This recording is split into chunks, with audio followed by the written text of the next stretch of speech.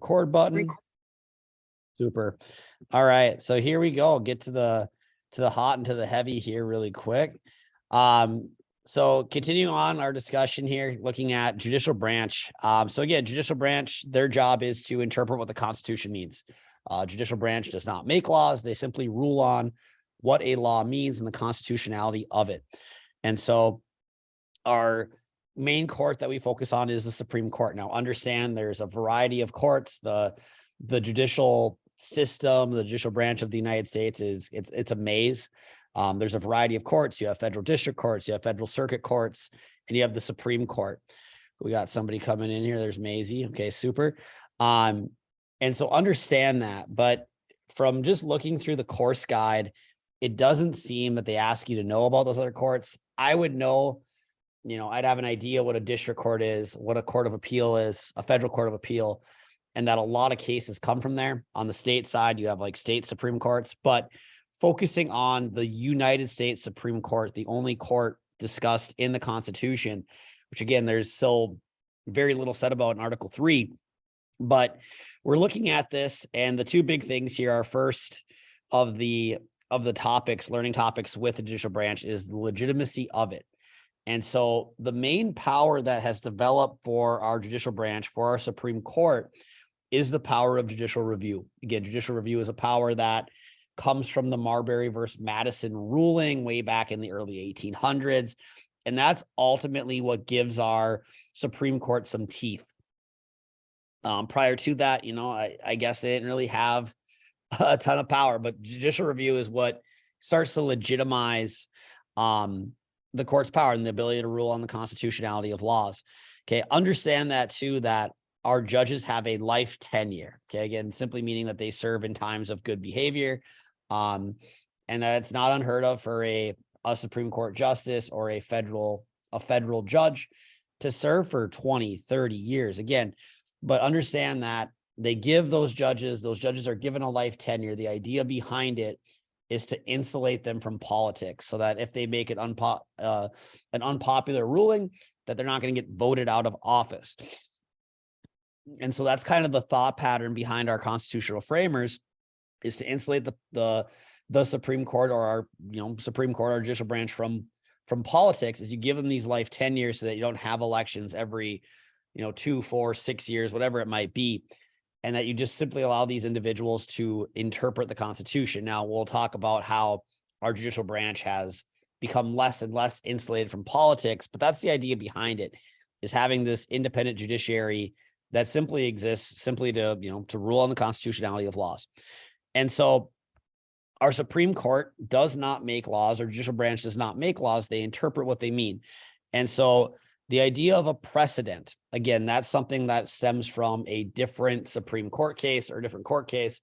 It is the ruling that ultimately was made. Okay. And our Supreme Court uses that ruling as its groundwork until another case comes up that is similar in nature. Okay.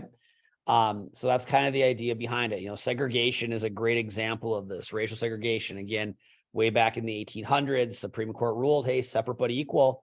So racial segregation in the eyes of the Supreme Court is okay as long as you have separate but equal spaces.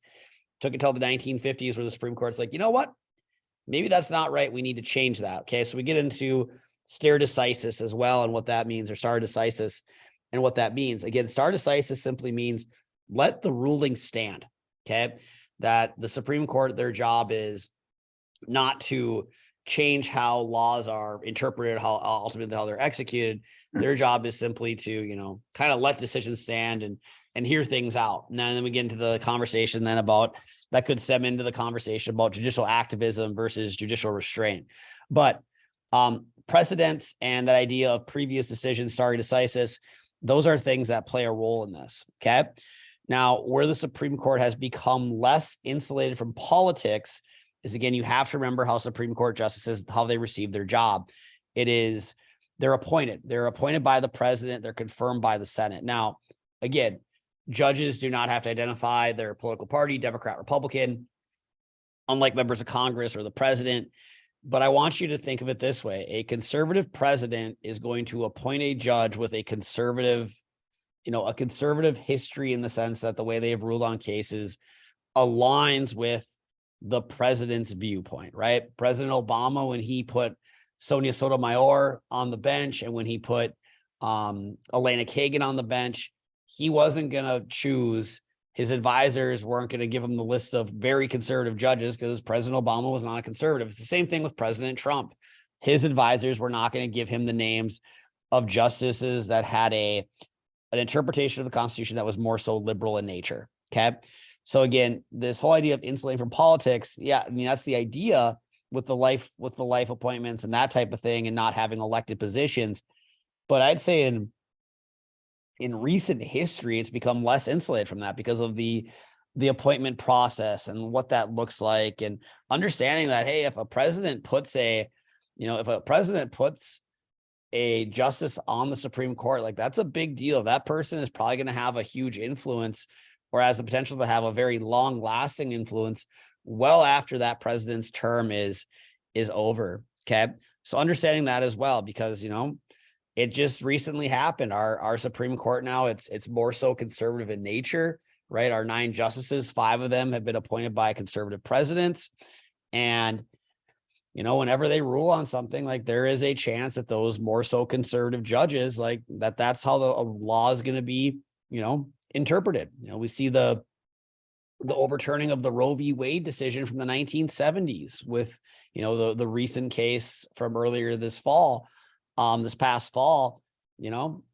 That's something that these appointments had a huge impact. Okay. The justices that President Trump, he put three justices onto the bench. And so, there is a slight, conservative majority there. And, that's something that ultimately changes how laws are going to be interpreted based on the ruling. Now, again, the Supreme Court has to wait for a case to get there before they can do that. They can't just create a new case and say, we want to bring this up again. There has to be a different case that they decide to review. Again, that's what the Supreme Court does. They mostly act as an appeals court in the sense that they hear cases from lower courts, whether that's a federal circuit or a state Supreme Court.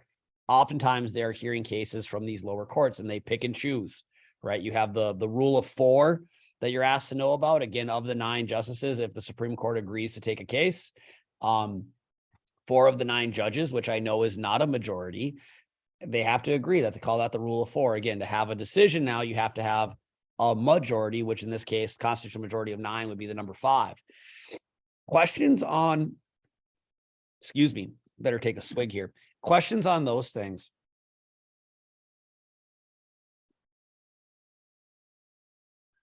No? Okay. All right. Just scooting right along then. Again, looking at the court in action. Yeah, we kind of alluded to that the Supreme Court is supposed to be structured in a sense that it's an independent judiciary. Again, they use judicial review as their main tool. That's what the Supreme Court does. Okay. Now what starts to happen here is, the Supreme Court is oftentimes tasked with taking up controversial topics or topics that are of high public interest. You think about the recent overturn of Roe v. Wade. That's something of high public interest. It's something that's controversial as well. You think of some of the rulings, Second Amendment rulings, you look at McDonald versus Chicago or DC versus Heller, some of those things, those are controversial in nature. And again, you have more so conservative rulings on those things. But that's something, that's what the court does ultimately. And if there's lots of unfavorable rulings, well, then people are like, well, what's the Supreme Court doing? And that becomes the battle between the Supreme Court and Congress. Is, again, no branch wants the other branch to do the other's job, right? So when the Supreme Court overturns something, Congress, that sometimes makes them mad because that decision is ultimately going to have the similar effect as a new law would. Okay. We'll get into checks on the court here in a second, but when the Supreme Court rules differently or rules something to be unconstitutional, that, especially if it's a federal law, that's something that really rubs Congress the wrong way. And understand this too, is the only way these things can be enforced is by the executive branch. The Supreme Court does not have the power to enforce its own decisions. They rely on the executive branch to enforce those. So now what happens if a president chooses to ignore something, right? That opens a whole nother can of worms on that topic. But getting into some checks on the judicial branch, just kind of piggybacking off of that, is what can be done then to, if the court has this, very like really only has this one power of judicial review, like that's what they do. How do we limit that one power? Okay. And so there's a few ways. Congress can pass a new federal law. Again, the Supreme Court does not get any say in that passing of that law unless there would be a challenge to it. Congress could initiate discussion on a new constitutional amendment, add something to the Constitution. That's another possibility. Okay. And then the Congress ultimately holds, the Senate specifically, they hold the power to confirm judicial appointments. And so if Congress is not, does not like a certain judicial appointee or a appointee to the Supreme Court, well, they can vote that person down. And that's happened. And so I think it's something we talked about last time when we talked about the president. These Supreme Court appointees, like, it's a big deal. The political parties take that pretty seriously. And I think we had talked about the last go around here with, when Antonin Scalia had passed away, and then President Obama wanted to put Merrick Garland, who is now the Attorney General, wanted to put them on the Supreme Court, but the Republicans said, no, you can't do that. We're going to block that in Congress. And they did. But then President Trump, on his way out, right, puts Amy Coney Barrett onto the bench. It's just a very interesting thing that's become kind of politicized. But understand, like, there's a variety of checks on the judicial branch, on the Supreme Court. Again, whether that's Congress passing a law, whether that's an amendment, whether that is Congress and the confirmation process, whether that is the president deciding, hey, we don't want to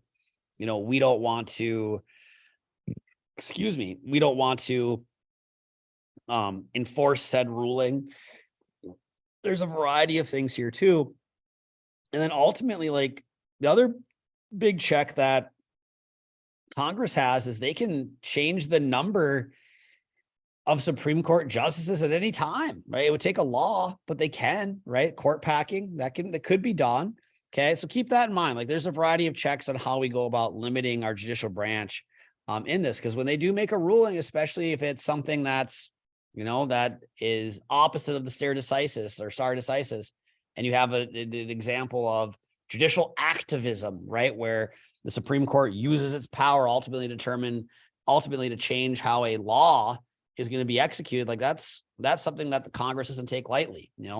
Congress would probably, again, judicial activism versus judicial restraint.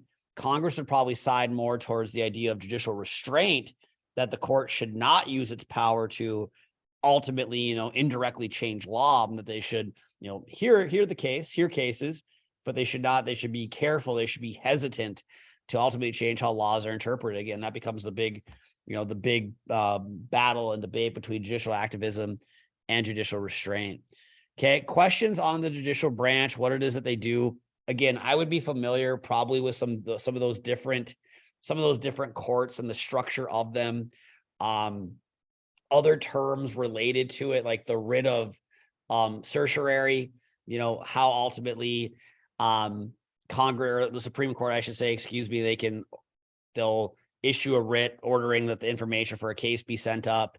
We talk about the relationship between Congress and the court with the appointing process and laws and amendments, and the president with the appointing process and the enforcement power.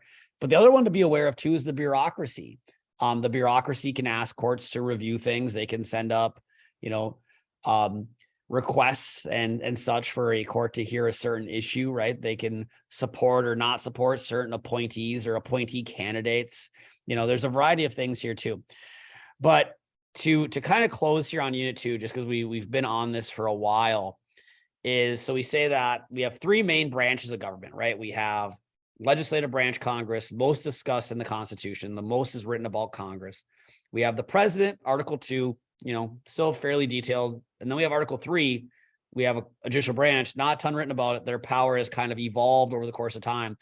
Going back quickly to the judicial branch again, the Fed paper to be aware of there, and we have not done key documents yet. We have done key court cases, but the key Federalist paper, remember, with the judicial branch is Fed 78, right? Again, Fed 70 is the president, Fed 78 is the judicial branch. Alexander Hamilton in favor of judicial review, in favor of lifetime appointments, again, to insulate the judicial branch from politics. But then getting into like our quote unquote, our unofficial fourth branch of government, which is technically a part of the executive branch. It's evolved over time as the United States population has grown. And it's the largest branch, right? It makes the executive branch the largest branch of government, but that's the bureaucracy. That's all of our departments and our agencies and whatever. And their job is to enforce the law, right? Because the president can't just go and do that himself. He needs people to help him.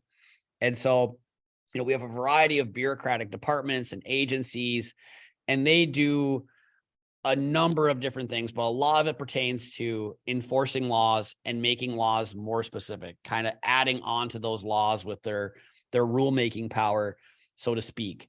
Again, some of the things the bureaucracy does includes writing and enforcing the regulations of various laws, enforcing laws through the issuing of fines. They might testify before Congress for, on a certain bill, a bill that might affect their department or something along those lines. And then we get into as well, we talk about the issue networks and the iron triangles, and that's the relationship between the bureaucracy, Congress, okay, and that type of thing. So understand that they work together. Again, the bureaucracy, they hope to get, favorable funding from Congress. The president hopes to get favorable enforcement of bills and such. The bureaucracy, Congress can limit the power of bureaucracy by cutting their budget and some of those different things. But be familiar with those terms. We had spent a lot of time on those in class. Ultimately, how are bureaucrats chosen? A lot of it goes back to their loyalty to the president. Again, not all bureaucratic jobs, and most of them are not appointed, but the higher ranking ones are. They're appointed by the president, confirmed by the Senate. But there's a variety of other government jobs, bureaucratic jobs that one simply gets by being qualified for, right? We call that the merit system. That you can go online to usajobs.gov and you can look at any number of jobs available in the Department of Transportation or Homeland Security or whatever it might be. And those jobs require special skills, oftentimes a college degree and some sort of prior government working experience as well. But being familiar with those things and how these bureaucrats get their jobs. The higher ranking ones, again, are appointed by the president. Lower ranking ones apply for their job. They work their way up. They get experience eventually to higher and higher levels of, I guess, career prestige, if you want to say that. But all of these individuals are important for the function of our government and ultimately the bureaucracy. Okay. So 2 things here that we also get into with the bureaucracy is what we call discretionary power and rulemaking authority. And basically both of those things refer to the bureaucracy or the bureaucratic agency's ability to kind of add little things, little regulations, right? And that's where a lot of laws have come to grow a little bit, is when the bureaucracy, they get a new law from Congress. Well, we should probably add such and such regulation, right? That's what the bureaucracy does. And that'd be like their rulemaking authority, kind of to add on to laws. The specific departments that you're asked to know for the AP exam, I guess, would be the Department of Homeland Security, Department of Transportation, Veterans Affairs, Department of Education. Gotta know what the EPA is, the Federal Elections Commission, and then the SEC. So we can kind of talk through each of these. So wherever you see these departments, the person that heads that department, they're called a secretary, right? And so Homeland Security is an executive department that was created after 9/11 with the purpose of combating terrorism, foreign and domestic terrorism. When you guys go through, and again, under the Department of Homeland Security, there's a bunch of other agencies. So like if you've flown on an airplane in your lifetime, you've probably had to deal with what's called TSA, or the Transportation Security Administration at the airport, right? Those are the guys in the blue and gals in the blue uniforms, checking your bags, making you walk through the body scan or whatever. Like that's one of these agencies that falls under the umbrella, or just one of them that falls under the umbrella of Homeland Security. Okay. Department of Transportation, they're going to oversee like the FAA, okay, our Federal Aviation Administration. Okay. They're, how our airplanes fly, so on and so forth. So be aware of these. And the people who had these departments, they are members of the president's cabinet. They receive a title of secretary. again, from administration to administration, you oftentimes see changing of cabinet members quite frequently. The other agencies that you're asked to know, the EPA is a big one. Again, they oversee environmental regulations, making sure that waste is disposed of in certain ways. They might examine CO2 emissions from vehicles and things of that nature and regulating that. Okay. The FEC, we've talked about them at length. They oversee our election regulations. So like Citizens United versus FEC, when certain ads can be ran, how much money can be donated to campaigns, where that money can come from, so on and so forth. So the FEC, our Federal Elections Commission, is very important. And then we have the Securities and Exchange Commission. If you ever seen the movie Wolf of Wall Street, that's who Jordan Belfort, aka Leonardo DiCaprio, or however, that's who he gets in trouble with. The SEC was created early 1920s, I want to say, or maybe no, I'm kidding. I believe they were created after or during the Depression by the Roosevelt administration. Don't quote me on that. But nonetheless, their job is to oversee all types of laws related to our financial institutions, whether that's insider trading, whether that's stock manipulation, some of these, so to speak, white collar crimes. But that's what they do. Okay. And these are the agencies that you are asked to know for the AP exam. Okay. As far as how the bureaucracy is held accountable, again, a lot of that goes back to Congress. Again, Congress and the president, they set the budget. And so Congress can use its oversight power to give more money to certain bureaucratic agencies or bureaucratic departments than others. That's a big deal. That power of the purse. And as well with the president, Congress can, choose to approve or not approve certain bureaucratic appointees, things of that nature. And so Congress holds a big check on that. Again, so does the president, as far as maybe creating a new agency or whatever it might be. Okay. So keeping those things in mind. Again, we kind of talked about some of the president's roles in this already. And that the president, kind of holds, if they're unhappy with a bureaucrat, well, that bureaucrat, I don't know if the president can necessarily fire them, but the president can maybe, I guess, force them to resign or something along those lines. Okay. This last topic here is kind of just like an umbrella topic. It refers to a number of things. There is a diagram I'm going to share with you guys. I would be aware of the various powers, formal powers, like congressional powers that branches can use to check one another. So like the big formal check that the Supreme Court has, or judicial branch, I should say, has on the other two branches is the power of judicial review. A formal check that the president has on Congress is they can veto. A formal check that Congress has on the president, or the legislative branch has on the executive branch is they can impeach. That's what we're getting at here. So I have a diagram where we can look at that. But as far as like informal powers, those are the ones that are not maybe the constitutional ones in nature. So, an informal power, it's formal that Congress can manage a budget, right? That they have the power of the purse. Like that's kind of a formal power. But informally, if there's a department that they, aren't thinking as highly of, like a bureaucratic agency, they don't have to give them as much money. Okay. And the bureaucracy really, like, again, they're not an official branch of government, but really like the only checks that they hold are ultimately determining what regulations they're going to add on to existing bills. Okay. So be aware of those things. All right. Questions on Unit 2. Again, it's deep. There's a lot to know with this particular one. Kind of the meat and potatoes of it. I would certainly check out any of the Carrie LaManna videos for more specifics on some of the different branches and such. Questions that we have. Oh, will that thing that you are reading off of, is that available to us or just Yeah, you? the course guide? Absolutely it is. Yeah, if you just Google search the AP Gov course description, it'd be like the first link that would pop up on Google, and you can scroll down and it's a PDF document. That's available to you guys. 100% it is. And if you want a paper copy of it, I could certainly print some. But yeah, it's available to you online. There's no secret with that. Okay. Again, I don't know how many of you are textbook readers, but that's something else here as we get closer to our exam, which is May 1st, again, by the way, 8 a.m. that's something where, again, if you're not a textbook reader, I'd encourage you, like it'll be good preparation for how you're going to study in college. We'll do some FRQ practice and such here as we get closer. But the big thing here is, and I've had a couple of you talk to me about doing more reviews. And again, I know we're getting close. Like we're about a month out. Okay. Really. I mean, April 1st is going to be here. Not next week, but the week after.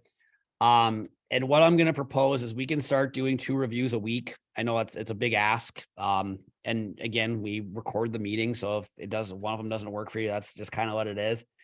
And I'd like to stick with Wednesdays just because I think Wednesday is a day where, there's, other than the church activities in the evening, there is no other, school related activities, generally Wednesdays after school. If we were to add, starting in April, a second review night evening, what day would be best for the majority? Mondays?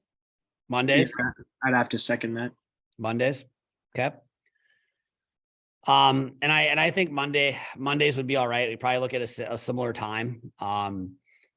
The only thing that I could think of that might potentially not work on certain Mondays would be if I had a baseball game to coach.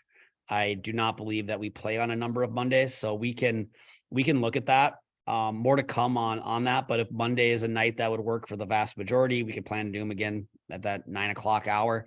So I think that's something starting in April we can certainly do. So we'll plan to review next Wednesday as usual, and then that following week we might look at doing a Monday, Wednesday review here on Zoom. Okay, other things here that are on my mind that I have written down on my notepad here. There is a link I need to share with you guys. I'll do that tonight here when we sign off. It has to be, I'll email it to you. And it's basically just, it's something that the College Board wants you to fill out. So it'll bring you to AP Classroom, I believe. And then it's like kind of like a registration thing. So I'll send that out to you guys here tonight, just to our group email. And you can certainly take a look at that. I do need to get those questions posted yet on AP Classroom. I know I've been real slow about that, so I'll get to that as well. And I'll probably just start by posting a bunch of Unit 2 questions, just because Unit 2 is huge. So next week we'll plan to review, I think next week we're going to do documents. And then that following week, we'll start looking at the other units and hopefully have some time here at the end to, excuse me, to review some FRQ skills, how to answer our task verbs, how to write a thesis, so on and so forth. So more to come on that. All right. Questions for me. Again, I think if you're feeling cray-cray on the internet and you have 10 minutes, I think any of the Carrie Lamanna videos are as good as gold. If you're just looking for something quick on a document, or, he's got a ton of videos on, really all the learning topics, and none of them very few of them I think are longer than 10 minutes. So those are worth your time. Like, again, it's super beneficial, I think, to meet for our 40 minutes or, half hour a week, whatever it's been here the past couple of weeks. Starting in a couple of weeks, be an hour or so a week leading up to the exam. But again, understand, seniors, like, if this is something that you want to pass, you're probably going to have to put in more time. Like that's ultimately just what it is. Again, the advantage to having the class in the fall is we were able to go a little bit slower. There's probably some things that we spent too much time on. There's some things that we probably didn't spend enough time on, and that's just kind of the nature of the beast in AP. But had we taken the class in the spring, we'd have to have everything wrapped up. You'd have to know everything by May the 1st, which, gives us a whole nother, 4 weeks of school where you've already taken the AP exam. So again, drawbacks to everything, pros to everything, but I would encourage you to do some studying on your own, which I know a lot of you have. If you haven't yet, I would encourage you to start. You're always welcome. If you have questions, things, you're always welcome to stop by and see me, and we can certainly chat and get you the information you need. But that's what I'd be doing if I'm you. Again, my hope is that, beginning of July, when the test scores come out, is that we have 11 of you that have scored a passing grade on the AP exam, and we go out and have pizza at the Baron and celebrate. So All right. If there's no other questions, thank you guys. I know it got a little late tonight. I appreciate your patience. I have a question. Micah, Slash statement. what Monday, April 3rd is when they rescheduled the prison concert. So is that it? Monday might not work. Okay, that Monday night might not work. Okay, and that's okay. We can play it by ear too, week by week. Thanks for the heads up. I know that they got rescheduled. I did not see the date, so thank you for sharing. But again, when we move to 2 reviews a week, it might be as simple as in the group text, hey, what night works for the most of you, for the majority, and we go from there. Okay, but obviously too, we're going to try to pick days, a second day that works for most people. Okay, so all right, anything else here before we sign off and you guys get to bed, because we do have school in the morning. I have a driver's ed conference, which is going to be riveting, but you guys have school. So anything else from you all? No?